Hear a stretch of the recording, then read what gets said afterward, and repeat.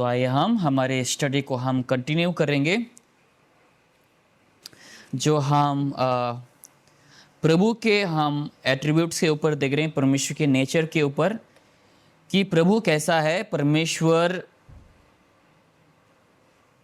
किस प्रकार से अपने बच्चों के साथ जो है काम करता है, या फिर हम जब प्रभु के नेचर के ऊपर जब हम स्टडी करते हैं, हम परमेश्वर के बारे में हम प्रभु को बेहतर तरीके से हम जान सकते हैं।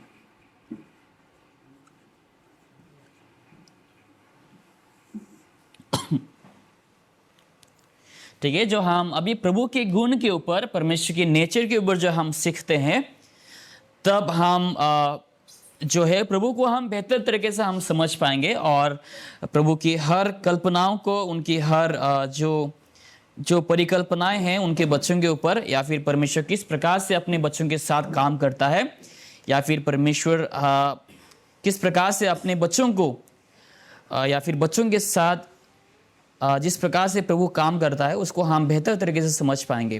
प्रभु की नॉलेज को, या फिर परमेश्वर की जो रास्ताएं हैं जो प्रभु चुनता है अपने बच्चों के साथ बात करने के लिए, वो सब हम बेहतर तरीके से समझ पाएंगे। आइए हम एक वचन खोलेंगे इस समय, हिब्रूस में हम खोलेंगे। आज हम देखेंगे कि परमेश्वर कभी नहीं बदलता। ये प्रभु का एक गुण है।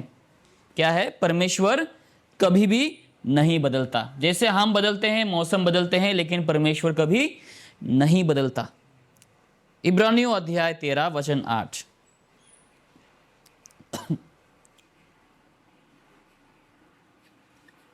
Jesus Christ the same yesterday and today and forever. Yes, कितना? हिब्रूस 13 का 8। यहां पर हम एक वचन भी गौर कर सकते हैं यीशु के बारे में, कि यीशु मसीह क्या है? कल को भी वो वैसा है और आज भी वो वैसा है और कल को भी वो वैसा ही रहेगा। यानी कि यीशु मसीह कभी भी नहीं बदलता। यीशु मसीह या फिर परमेश्वर क्या नहीं होता? कभी भी नहीं बदलता। उनकी जो वादा है, परमेश्वर का जो वादा है वो कभी नहीं बदलता। अगर प्रभु ने हमें वादा किया कुछ तो वो कभी नहीं बदलता। अगर हम परमेश्वर के बारे में देखते हैं, ना तो परमेश्वर बूढ़ा होता है, ना तो परमेश्वर के बाल पकते हैं, ना तो परमेश्वर कमजोर पड़ता है, ना तो परमेश्वर अपनी वादाओं को पूरा करने में कमजोर होता है, या फिर परमेश्वर याददाश्त में कमजोर होता है। नहीं, जैसे हमारा धीरे धीरे उम्र बढ़ते जाता है, हमारे जो याददाश्त है वो भी कमज़ोर होने लगता है। हम शारीरिक तौर से हम कमज़ोर होने लगते हैं। जैसे हम छोटे समय भागते थे, दौड़ते थे, हम कभी थकते नहीं थे, हम दिन भर भी हम खेल पाते थे, लेकिन एक समय ऐसा उम्र आ जाता है जहाँ पर हम वैसा और नहीं कर पाते। हम थोड़ी देर हम चलेंगे, हम थक जाते हैं, कुछ देर हम भागेंगे, हम थक जाते हैं। लेकिन परमेश्वर कभी नहीं बदलता। उनका जो सोच है वो कभी कमज़ोर नहीं होता। परमेश्वर का ज्ञान कभी घटता नहीं, परमेश्वर की बुद्धि कभी घटता नहीं या फिर कभी कम नहीं होता। परमेश्वर का योजना भी वो क्या नहीं होता, कभी बिना पूरा करके परमेश्वर अपने बच्चों को नहीं छोड़ता है। ओके, तो ये परमेश्वर है जो प्रभु कभी नहीं बदलता। मैं आपको एक पुराने नियम में दिखाऊंगा। लोग बोल सकते हैं ये तो यीशु मसीह के बारे में लिखा है। आइए हम पुराने नियम में एक वचन देखेंगे।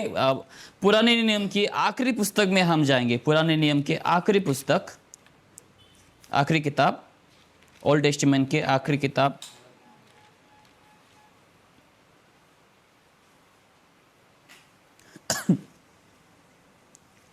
चैप्टर 3 में देखो, मलाकी चैप्टर 3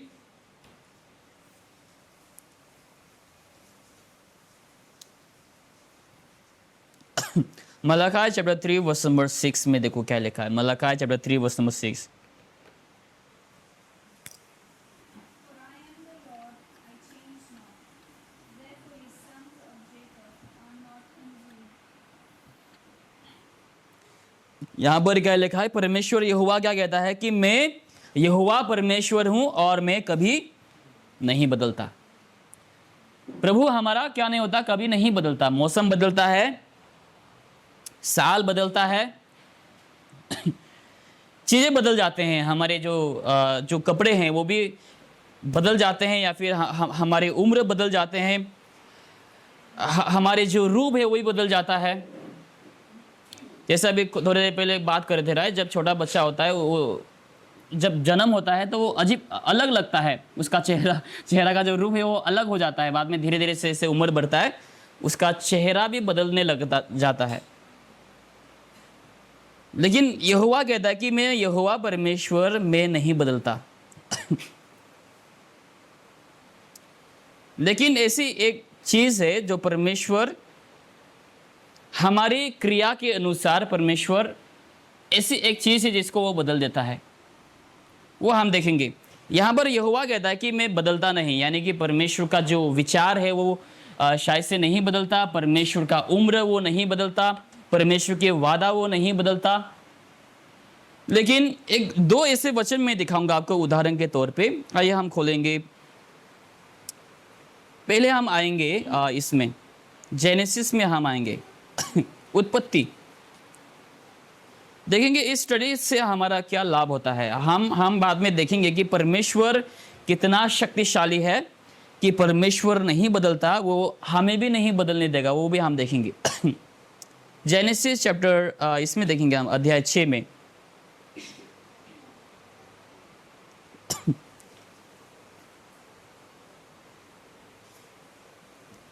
ठीक है, उदाहरण के तौर पे मैं आपको दो वचन दूंगा जहां पर परमेश्वर मनुष्य के क्रिया के अनुसार अपनी विचार को या फिर अपनी सोच को, जो परमेश्वर लोगों के ऊपर विपत्ति लाने वाला था, उसको परमेश्वर क्या करता है, अपनी सोच को बदलता है। वो हम देखेंगे। जेनेसिस चैप्टर 6 वर्स नंबर 6 में देखो क्या लिखा है।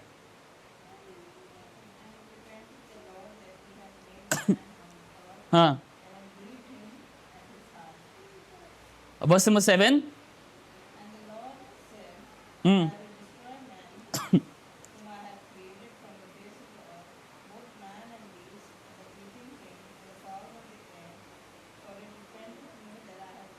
ओके, उसी के साथ मैं आपको और एक वचन दूंगा।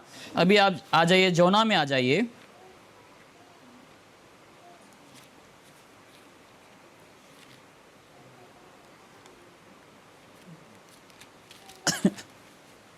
जोना चैप्टर 3 में आ जाइए मेरे साथ।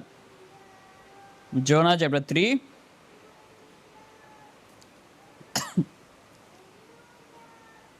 वर्स नंबर 10 में देखो क्या लिखा है। जोना चैप्टर 3 वर्स नंबर 10।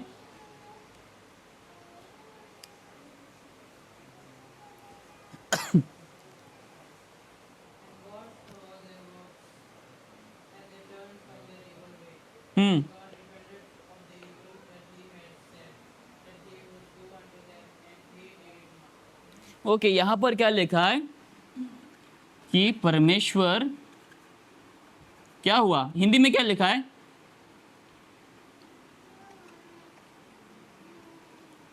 हिंदी में कोई पढ़ सकता है? हिंदी में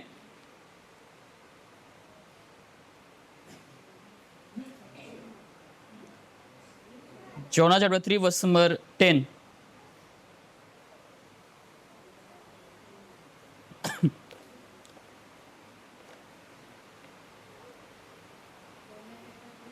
वर्स नंबर 10 10। जब परमेश्वर ने उनके कामों को देखा हम्म कि वे कुमार से फिर रहे थे, तब परमेश्वर ने अपनी इच्छा बदल दी हम्म और उनकी जो हानि करने की ठानी थी उसको ना किया।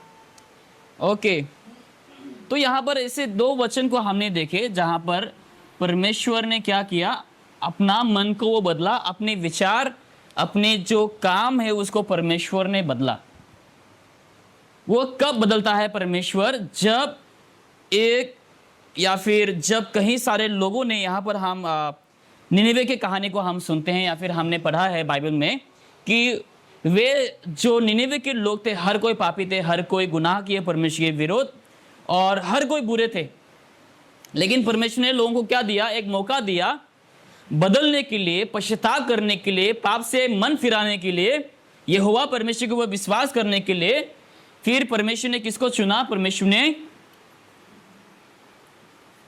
जोना को चुना रहा है ताकि वो जाकर क्या कर सके, वो निनेवे को जाके वो प्रचार कर सके ना। तो परमेश्वर ने जोना को चुना और जोना ने गया, परमेश्वर का बात सुना कहीं कोशिश करने के बाद। तो योना वाकई में गया और निनेवे को जाकर क्या किया, योना ने जाकर वो प्रचार किया। लेकिन परमेश्वर का विचार क्या था कि मैं अगर ये लोग निनेवे के लोग अगर निनेवे के लोग अगर रिपेंट नहीं करेंगे, पश्चाताप नहीं करेंगे, मैं क्या करूंगा, इस जगह को, इन लोगों को मैं क्या करूंगा, डिस्ट्रॉय कर दूंगा, नष्ट कर दूंगा।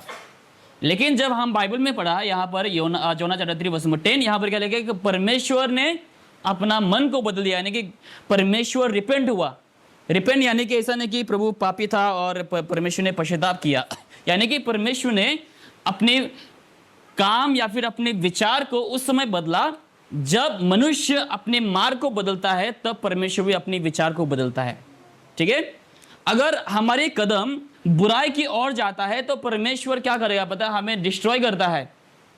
ठीक है, अगर हम ये प्रभु का तरीका है, अगर मनुष्य बुरे मार्ग में चल रहा है तो क्या करेगा पता है, परमेश्वर हमें बुराई से बचाने के लिए, जैसे हमने पिछले हफ्ते को भी स्टडी किया था कि परमेश्वर अपने बच्चों को क्या करता है, वो सजा देता है जब अपने बच्चे लोग बुराई के राहों पर चलता है। तो इसी प्रकार से जब कोई लोग, कोई व्यक्ति या फिर कोई परमेश्वर के जन जब बुराई के मार्ग में चलता है तो परमेश्वर भी क्या करता है, उसको नाश करता है।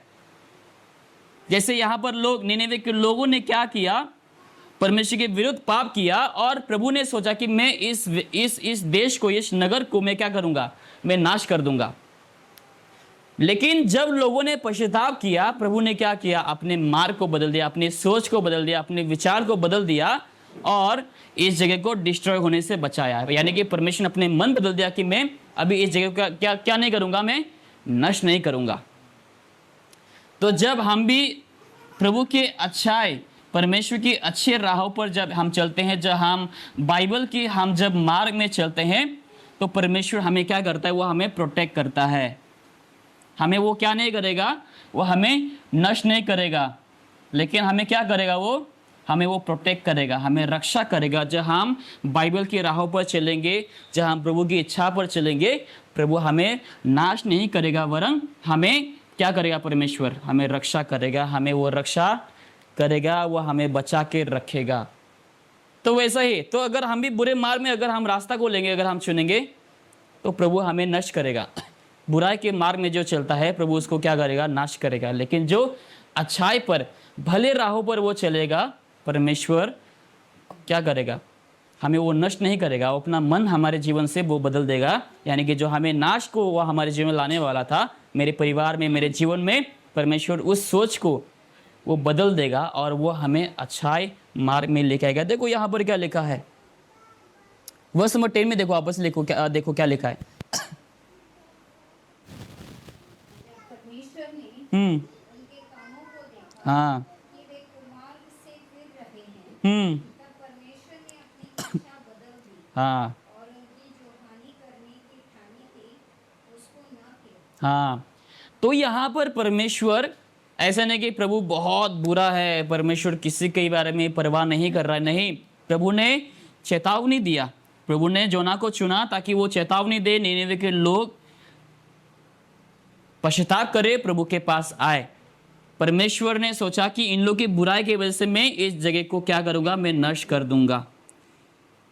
ये प्रभु का सोच था पहले, राइट, ये प्रभु का योजना था। यानी कि प्रभु ने सोच के रहा, जो लोग बुराई करेंगे मैं उसको क्या करूंगा, नष्ट करूंगा। लेकिन जैसे ही इन लोगों ने पश्चाताप किया, बाइबल में लिखा है यहाँ तक कि जानवर वगैरह भी सब फास्टिंग रहे, हर छोटे से लेके बड़े तक हर कोई प्रार्थना किया, पश्चाताप किए, फास्टिंग रहे, क्षमा मांगे प्रभु से। तो परमेश्वर प्रसन्न होकर इस जगह को रक्षा किया और प्रभु ने हानि होने से बचाया, प्रभु ने नष्ट नहीं किया। प्रभु इन लोग के ऊपर न्याय लाने वाला था, लेकिन इन लोग के पश्चाताप की वजह से प्रभु ने न्याय को नहीं लाया, लेकिन प्रभु ने उन लोगों को बचा के रखा, बचा दिया। तो प्रभु हमारा क्या नहीं होता, हमारा परमेश्वर बदलता नहीं, लेकिन एक चीज़ पे परमेश्वर जरूर से वो हो रहा है, बदल रहा है। यानी कि जब मनुष्य, यहाँ तक भी हम भी, अगर हम हमारे उद्धार के बारे में अगर हम गौर करेंगे, अगर सोचो हम भी अगर हम यीशु को अगर हम विश्वास नहीं करेंगे तो परमेश्वर ने पहले क्या सोच के रखा, जो कोई यीशु के ऊपर विश्वास करेगा वो क्या नहीं होगा, नष्ट नहीं होगा, लेकिन वो अनंत जीवन होगा। लेकिन जो यीशु के ऊपर विश्वास नहीं करेगा वो जरूर से नष्ट होगा, और वो नष्ट होकर कहाँ जाएगा, वो नरक में नष्ट हो जाएगा। लेकिन यही व्यक्ति अगर वो पश्चाताप करे तो प्रभु क्या करेगा, अपना मन बदल देगा, और उसके ऊपर, उसके पश्चाताप के ऊपर या फिर उस व्यक्ति के ऊपर जिन्होंने पश्चाताप किया, परमेश्वर अपने अनुग्रह को, अपने धार्मिकता को इस व्यक्ति के ऊपर उंडेल देगा। ओके और आइए हम अभी देखेंगे एक वचन को, आप मेरे साथ खोले, गॉस्पेल ऑफ जॉन। देखो बाकी जो देवी देवता हैं वो बदल जाते हैं, राइट, दुनिया में आते हैं, बोलते हैं, दावा करते हैं मैं भगवान हूँ, हाँ मैं परमेश्वर हूँ, मैं देवी हूँ, लेकिन वो सब मरकर चले जाते हैं। हमारा यीशु भी मरा लेकिन वो जी उठा, क्योंकि हमारा यीशु सदा जीवित था, और वो जीवित है, वो हमेशा जीवित रहेगा। जैसे यीशु मसीह ने दावा किया रेवलेशन चैप्टर 1 में, वचन अगर हम 8 में पढ़ते हैं, वहाँ पर यीशु मसीह क्या दावा करता है, मैं सदा के लिए जीवित हूँ ना। यीशु मसीह कभी नहीं मरता, यीशु मसीह केवल हमारे पाप के लिए मरा, और वो जैसे वो जीवित था, कल भी जीवित था, आज भी है, और वो सदा रहेगा। ओके, तो जब हम भी यीशु पर विश्वास करते हैं, ऐसे परमेश्वर जो नहीं बदलता, उसके ऊपर जो विश्वास को रखते हैं, देखो उन लोगों का जीवन क्या होता है। गॉस्पेल ऑफ जॉन चैप्टर 10 में देखो मेरे साथ, खोले यूहन्ना अध्याय 10। यूहन्ना अध्याय 10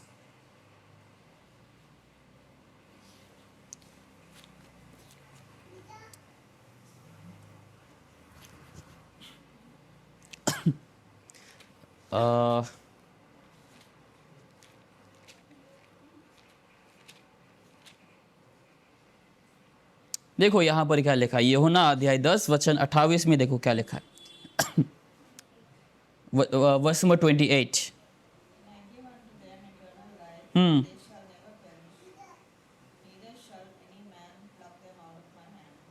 वर्स 29।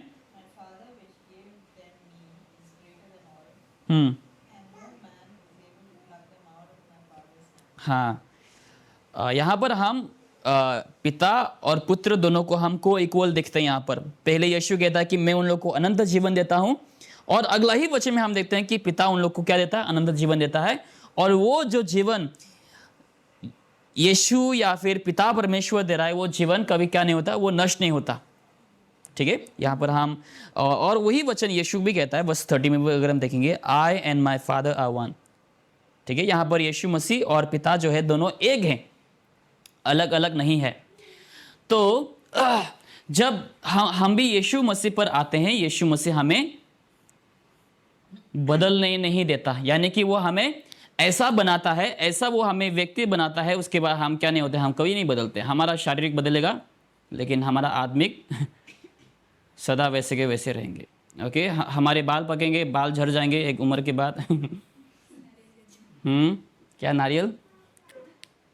अच्छा, सिर के ऊपर नारियल आएगा।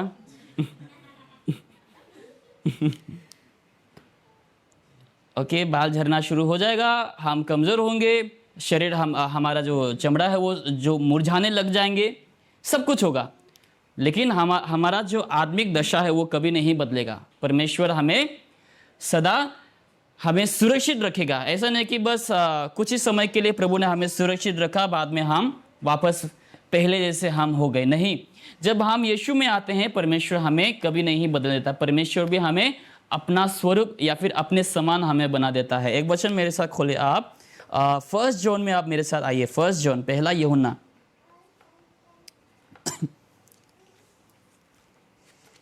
पहला यूहन्ना में आइए आप मेरे साथ, अध्याय 5 में, 1 जॉन चैप्टर 5।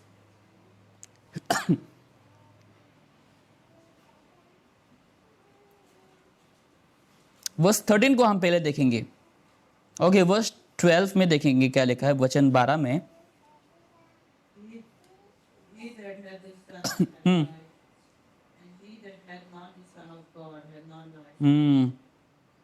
जिसके पास क्या है, यीशु है, उनके पास जीवन है। जिसके पास यीशु नहीं, उनके पास जीवन भी नहीं।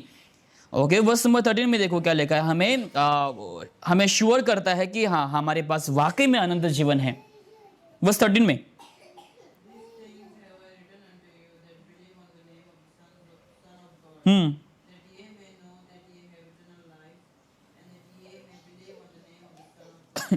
हाँ, क्या क्या क्या जीवन हमें मिलेगा? अनंत जीवन।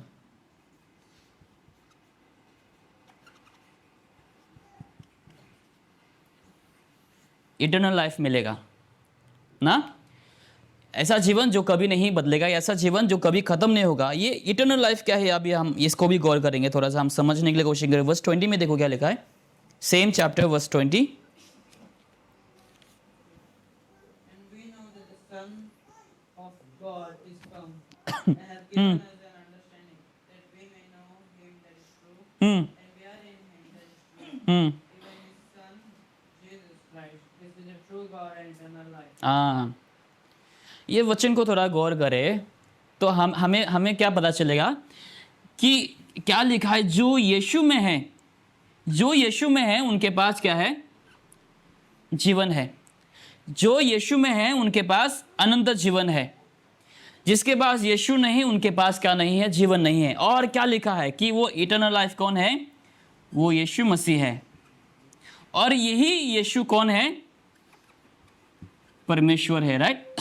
यहां पर लिखा है, जो लोग बोलेंगे कि यीशु मसीह परमेश्वर नहीं, ये वचन को हम दिखा सकते हैं। देखो, प्रभु यीशु मसीह अनंत जीवन है। जो लोग यीशु को स्वीकारते हैं उन्हें अनंत जीवन यानी कि खुद प्रभु यीशु मसीह हमें मिल जाता है। और वो यीशु कौन है? वही यीशु परमेश्वर है। और वो परमेश्वर कौन है? जो कभी नहीं बदलता, ठीक है। अनंत जीवन, जो जीवन कभी विनाश नहीं होगा, और वो अनंत जीवन प्रभु यीशु मसीह, और वही प्रभु यीशु मसीह परमेश्वर है। और वो परमेश्वर कौन है?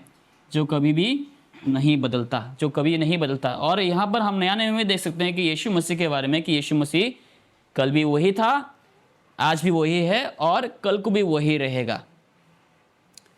यानी कि जब हम यीशु में आते हैं हम भी कभी नहीं बदलेंगे, यानी कि हमारा उद्धार हमेशा हमेशा के लिए बचे रहेंगे। ओके, बहुत से लोग प्रचार करते हैं, बहुत से लोग मानते हैं कि जो हमारी उद्धार है वो हम खो देंगे। एक वचन आप मेरे साथ खोले थोड़ा इसके ऊपर भी हम गौर करते हैं। देखो, परमेश्वर जैसे खुद नहीं बदलता, वो अपने वादा को भी नहीं बदलेगा ना। परमेश्वर ने वादा क्या कि मैं तुम्हें, जब मैं रक्षा करूंगा, जब मैं तुम्हें उद्धार दूंगा, तुम्हारे उद्धार को मैं हमेशा के लिए रक्षा करके रखूंगा। परमेश्वर कभी नहीं बदलता, उनका वचन का जो वादा है वो कभी नहीं बदलता। लेकिन आज लोग कई सारे टीचिंग्स को ढूंढते हैं, यूट्यूब पर लोगों की शिक्षाओं को सुनते हैं कि हमारा उद्धार क्या हो जाएगा? हम खो देंगे, हमारा उद्धार नष्ट हो जाएगा। देखो यहाँ पर क्या लिखा है, देखो वचन परमेश्वर हमें वादा करता है। इफिशियंस में आप खोले मेरे साथ। अभी हम वो भी वचन देखे थे, राइट। 1 जॉन में भी हम वही वचन देखे। 1 जॉन चैप्टर 3 वर्स 18 में भी यीशु हमसे वादा करता है कि जिसके पास यीशु है उनके पास जीवन है, और वो जीवन कभी नष्ट नहीं होगा। अभी हम थोड़ा सा और गहराई में जाएंगे। Efficiency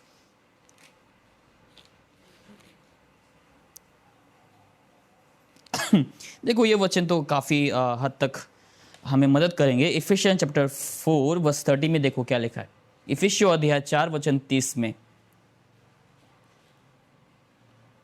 And grieve not the Holy Spirit of God, whereby ye are sealed unto the day of redemption. Okay तो जब हम बाइबल को स्टडी करेंगे ना, तो हमें सत्य को पता चलेगा। लोग बाइबल स्टडी नहीं करते हैं, बाइबल को नहीं पढ़ते हैं, पर्सनल स्टडी नहीं करते हैं, या फिर वचनों को नहीं सुनते हैं, जिसके चलते लोग क्या होते हैं? गलत शिक्षाओं का शिकार हो जाते हैं। और गलत शिक्षा जो है काफ़ी क्या है? खतरनाक है। कि एक बोर्न अगेन क्रिश्चियन को भी गलत शिक्षा गुमराह कर सकता है आसानी से, चाहे वो जितना भी मजबूत हो बाइबल में, विश्वास में, फेथ में। एक बार गलत शिक्षा जिसको जकड़ लिया, उसको लगा कि वो शिक्षा ही क्या है? सही है, और वो गलत शिक्षा में ही फंसे रहेंगे।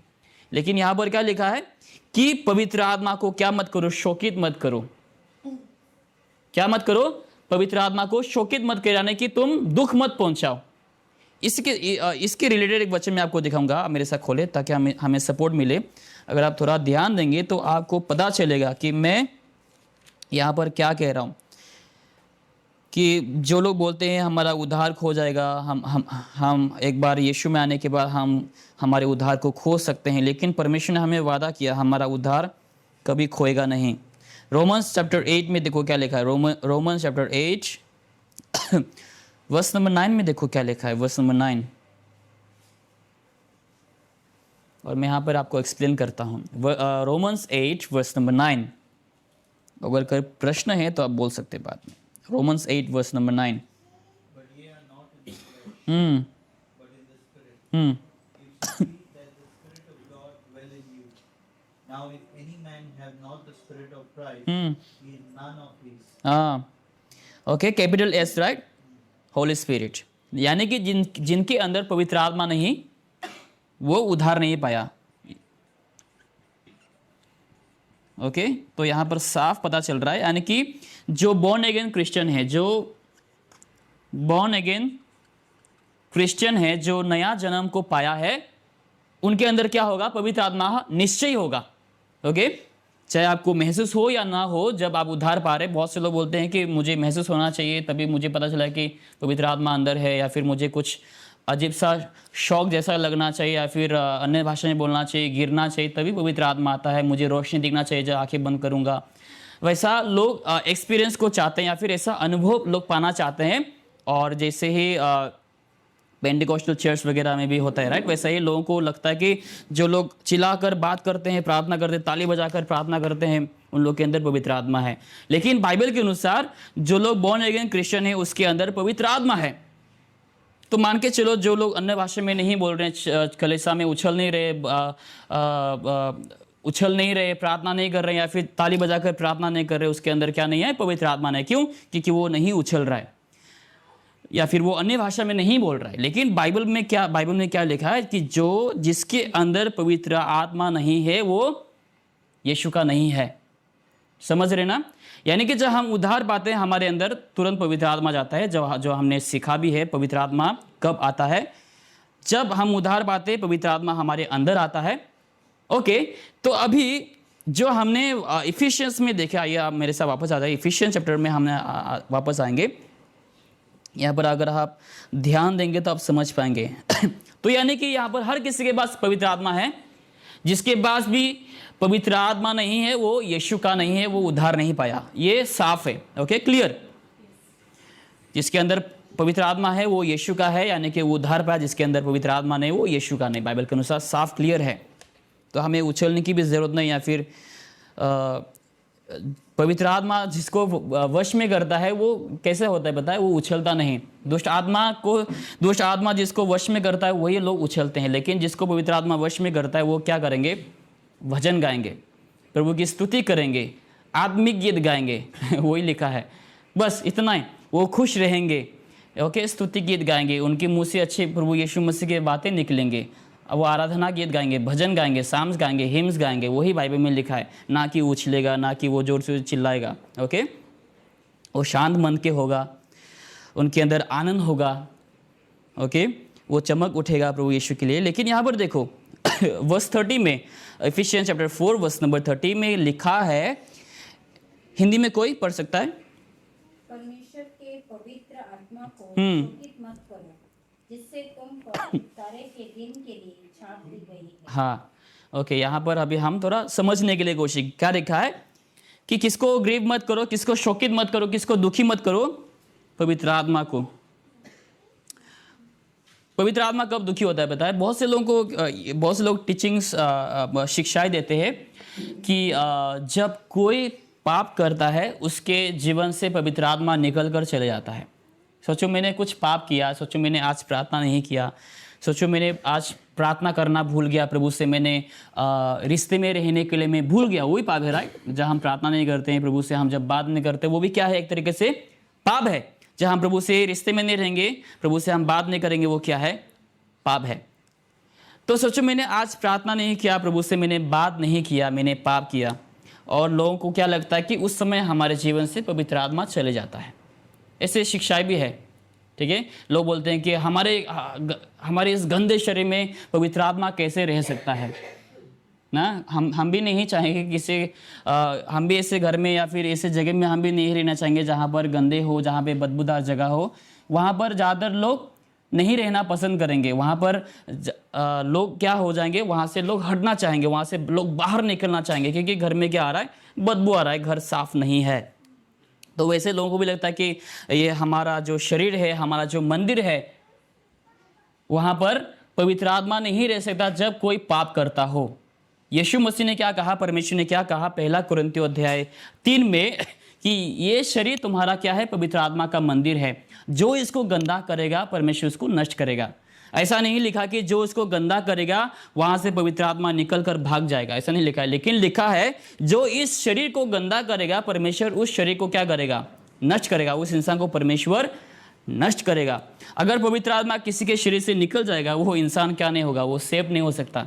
यानी कि परमेश्वर की जो शिक्षाएं है, बाइबल में जो लिखा है, वचन है, वो क्या हो जाएंगे, गलत हो जाएंगे। लेकिन बाइबल के अनुसार जब कोई उद्धार पाया हुआ या फिर परमेश्वर का संतान जब पाप करता है, उस समय पवित्र आत्मा हमारे शरीर से निकल कर नहीं चले जाता है। लेकिन उस समय क्या होता है, पवित्र आत्मा दुखी हो जाता है, शोकित हो जाता है, हमारे जीवन में वो काम नहीं करता।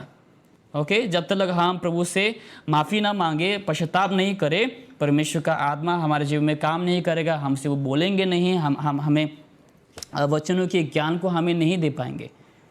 इसलिए लिखा है कि शोकित मत करो, यानी कि जब हम पाप करते हैं प्रभु का आत्मा शोकित हो जाता है, दुखी हो जाता है, ना कि निकल जाता है। अगर निकल जाएगा तो हम प्रभु का संतान और नहीं ठहरेंगे। क्यों? क्योंकि रोमियो 8 का 9 इसके अनुसार जिसके अंदर पवित्र आत्मा नहीं है वो प्रभु के है ही नहीं। ठीक है, यानी कि सोचो हमारे शरीर से पवित्र आत्मा निकल गया तो मैं और परमेश्वर के नहीं रहा। मेरे से सोचो मैंने व्यभिचार किया, पाप किया, रास्ते में जाके मेरा एक्सीडेंट हो गया, मैंने पश्चाताप भी नहीं किया क्योंकि मैंने पाप किया था, मेरे अंदर से क्या हो गया, पवित्र आत्मा निकल चुका था और रास्ते में जाके मेरा एक्सीडेंट से मृत्यु हो गया। तो मैं कहाँ जाऊँगा? लोगों की शिक्षाओं के अनुसार मैं नरक जाऊँगा। क्यों? क्योंकि मेरे अंदर पवित्र आत्मा नहीं है। और लिखा है रोमियो 8 का 9 में जिसके अंदर आत्मा नहीं, पवित्र आत्मा नहीं, वो परमेश्वर की नहीं है। तो सीधा मेरा जाना तो कहाँ पे है, नरक में है। लेकिन प्रभु का अनुग्रह देखो, प्रभु का अनुग्रह हमें बचाता है, राइट। प्रभु की अनुग्रह ने हमें बचाया, पवित्र आत्मा हमारे अंदर आता है जब हम उद्धार पाते हैं, और प्रभु हमारे जीवन में पवित्र आत्मा को डाला है ताकि वो हमें क्या कर सके, हमें कन्विक्ट कर सके जब हम पाप करते हैं। इसलिए देखो जब हम कभी भी हम पाप करते हैं, जब भी हम दुआ करने के लिए सोचते हैं, हमारे अंदर ऐसा लगता है कि जो भी हमने पाप किया बारी बारी परमेश्वर का आत्मा हमें सब दिखा रहा है। अरे पहले माफ़ी तो मांग लो, पाप करके आया और इधर प्रार्थना कर रहा है पवित्र धार्मिक बन रहा है। तो पवित्र आत्मा हमें क्या करेगा, हमें वो आराम से नहीं जीने देगा जब तक हम प्रभु से क्षमा नहीं मांगेगा। पवित्र आत्मा हमारे अंदर वैसी क्या बोलते हैं उसको, वैसी सोच को लाते रहेंगे, फीलिंग्स को लाते रहेंगे या फिर कन्विक्ट करते रहेंगे जब तक हम प्रभु से माफ़ी ना मांगे। ओके तो पवित्र आत्मा हमारे शरीर से नहीं निकलता। प्रभु ने हमसे वादा किया, देखो यहाँ पर क्या लिखा है, whereby ye are sealed. हमें क्या दिया गया, हमें सील्ड किया गया। ठीक है, यानी कि ये जो पवित्र आत्मा का जो छाप है इसको क्या कर दिया है, सील कर दिया है। यानी कि इस छाप को कोई भी नहीं निकाल सकता। इसके लिए एक वचन आपको दूंगा, हमने पहले भी देख चुके हैं, गॉस्पेल ऑफ जॉन चैप्टर 10 28 से 31 तक। यहाँ पर हम देख चुके हैं। ठीक है, तो अगर आप फिर भी देखना चाहते हैं देख सकते हैं, जहाँ पर यीशु ने कहा कि जो मेरे हाथ में है, यानी कि जिसको प्रभु ने बचाया, जो परमेश्वर के हाथ में है, उसको कोई छीन नहीं सकता। ओके, अगर हम रोमियो 8 में भी देखेंगे, वहाँ पर भी लिखा है, पौलुस कहता है कि ना तो कोई शराब, ना बीमार, ना शैतान की कोई ताकत, ना कोई पाप, ना कोई जंजीर हमें प्रभु के प्यार से और अलग नहीं कर सकता। हम प्रभु में आ चुके हैं, हमारे अंदर पवित्र आत्मा आ चुका है, हमें सील्ड कर चुका है, हमें छाप दे चुका है। अभी इस ताले को कोई नहीं खोल सकता। देखो कब तक हम सुरक्षित है, लिखा है whereby you are sealed unto the day of redemption. यानी कि जब तक हम संसार में हैं तब तक हमारे उद्धार सुरक्षित है, इस संसार का बोल रहा हूँ, ठीक है। बाद में तो सो जाने के बाद हमें कोई वो नहीं कर सकता, लेकिन लिखा है कि संसार में रैप्चर तक, ओके, कब तक? रिडेम्पशन। ये रिडेम्पशन का मतलब जब तक प्रभु हमें इस संसार से छुड़ा ना ले, ठीक है, जब तक हम इस संसार में हैं, हमारे उद्धार को परमेश्वर से कोई छीन नहीं सकता। यानी कि पवित्र आत्मा हमारे शरीर से नहीं निकलेगा। रैप्चर के समय तक ना तो शैतान, ना तो कोई भी श्राप, कोई भी नहीं हमें प्रभु के प्यार से अलग नहीं कर सकता। पवित्र आत्मा हमारे शरीर से नहीं निकल सकता। ये प्रभु का वादा है, परमेश्वर कभी नहीं बदलता। क्योंकि रैप्चर तक इसीलिए है क्योंकि हम तब तक संसार में हैं, बाद में हम जब स्वर्ग जाएंगे तब तो वहाँ पर किसी का भी, अनजान लोगों का, अनजान आत्माओं का वहाँ पर आना क्या है? प्रवेश निषेध है। कोई वहाँ पर प्रवेश नहीं कर सकता, क्योंकि वहाँ पर प्रभु खुद हमारा रक्षक है, हमारे साथ रहेगा। ओके, लेकिन जब तक हम संसार में हैं, पवित्र आत्मा ने हमें छाप दिया है और हमें छुड़ाने के दिन तक हमारे उद्धार को या फिर पवित्र आत्मा को हमसे कोई छीन नहीं सकता। ओके, साफ है यहाँ पर। ओके, उसी के साथ मैं और एक आखिरी वचन आपको देना चाहूँगा। यहाँ पर कोई डाउट है तो आप पूछ सकते हैं, ठीक है, हम हमारे उद्धार को लेकर। अगर कोई ज़्यादा ही धार्मिकता दिखाएंगे तो आप पहला यूहन्ना का वचन दिखा सकते हैं। पहला यूहन्ना 3:9 में शायद से 3:8 और 9 को आप दिखा सकते हैं। पहला यूहन्ना 3:8 और 9, वहाँ पर लिखा है कि जो परमेश्वर से जन्मा है वो कभी पाप नहीं कर सकता। ओके, जो पाप करता है वो शैतान की ओर से है, तो उसको बता देने का। हाँ जी, जब हम पाप करते हैं तो पवित्र आत्मा जाता है ना? अभी तो इतना देर से मैं हाँ जी, जाता है मतलब नहीं, ऐसा कुछ है ही नहीं। हाँ, वो गलत शिक्षाओं का बोला मैंने। जो लोग गलत शिक्षाओं को बोलते हैं, प्रचार करते हैं, ऐसे लोग हैं कि जब हम पाप करते हैं तो तो तुम नर जाते यार फिर। ओके, ऐसा नहीं है। पवित्र आत्मा हमारे अंदर रहता है, लेकिन प्रभु पवित्र आत्मा दुखी हो जाता है और इसीलिए हमें कहा गया कि तुम पश्चाताप करो, रिपेंट करो। ओके, पहला यूहन्ना में देखो, पहला यूहन्ना अध्याय 2 में देखो क्या लिखा है। पहला यूहन्ना, पहले भी मैंने सिखा चुका है इसके ऊपर। पहला यूहन्ना अध्याय 2, 1 जॉन चैप्टर 2 वर्स नंबर 1 में देखो क्या लिखा है। हे मेरे बालकों, मैं ये बातें तुम्हें इसलिए लिखता हूँ कि तुम पाप न करो। हाँ, और यदि कोई पाप करे तो पिता के पास हमारा एक सहायक है, अर्थात धर्मी यीशु मसीह। हाँ, हमारे पास कौन है? एडवोकेट है, वो प्रभु यीशु मसीह। लिखा है कि पाप मत करना, सिन नॉट, राइट। यानी कि पाप तो कर सकता है। इसका मतलब ये नहीं कि हमें लाइसेंस मिला है, जैसे हमने पिछले हफ्ते को भी देखा था कि हमें धार्मिक बनाया है। इसका मतलब नहीं कि हमें लाइसेंस दी गई है कि तुम अभी चाहे जो मन में आए तुम वही पाप करो। नहीं, लिखा है कि तुम पाप मत करो। अगर पाप किए गलती से या फिर कभी ऐसे कुछ हो गया जाने अनजाने में, प्रभु यीशु मसीह हमारे पास है, राइट। हमारे पास प्रभु यीशु मसीह है, तुम उनके पास जाओ, माफ़ी मांगो। वर्स नंबर 9 में देखो, chapter 1 verse number 9, first chapter 1 verse number 9, if we confess our sins He is faithful and just to forgive us our sins and to cleanse us from all unrighteousness. क्या करेगा? हमें प्रभु यीशु मसीह माफ़ करेगा जहाँ हम माफ़ी मांगेंगे। ओके, जहाँ हम पाप करते हैं पवित्र आत्मा शोकित हो जाता है। ओके,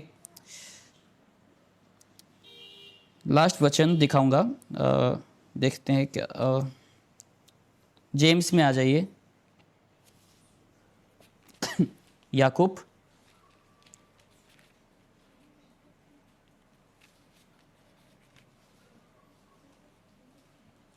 इसलिए प्रभु का अनुग्रह बहुत ज़रूरी है। प्रभु की अनुग्रह वजह से जो हम डिज़र्व नहीं करते वो परमेश्वर हमें देता है, स्वर्ग को हमें वो देता है, क्षमा को हमें देता है। James chapter 1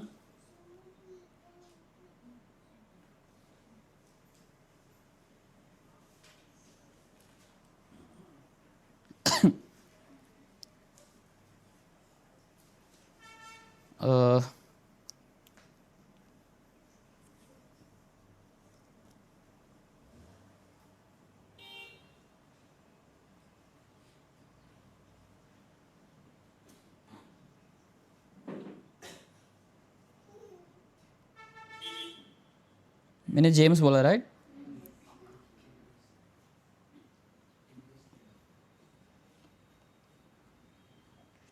perfect.